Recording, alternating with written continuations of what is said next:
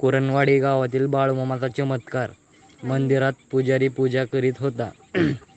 त्याला बाळूमामा म्हणाले, मी डोंगरगाव येथील एक अनोख्या मुलाचे रूप घेऊन जन्माला येईल आणि जे लोक धर्माचा नाश करतात त्याचा मी नाश करीन.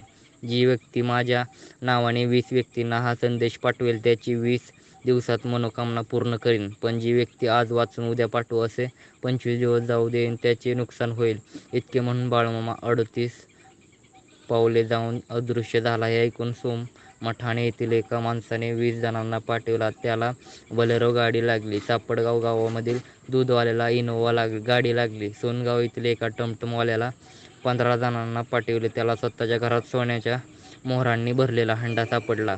शिंगवे येथील एक बेरोजगार युवक हा संदेश पाठविण्याचा विचार करत होता.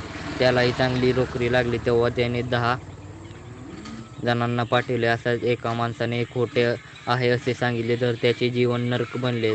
जांभरुण येथील बापूराव यांना हा मेसेज मिळाला तर त्याने 1 महिन्यानंतरही मोबाईलमध्ये ठेवला. कोणालाच पाठविला नाही.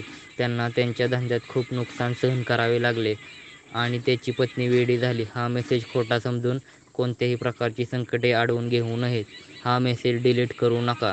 बाळूमामाच्या नावानं चांगलं. बाळूमामा की जय हो. हा मेसेज कमीत कमी 7 जणांना तरी पाठवा. चांगली बातमी मिळेल. नाहीतर दुर्लक्ष केले की 21 आठवडे वाईट जातील. असे करू नका.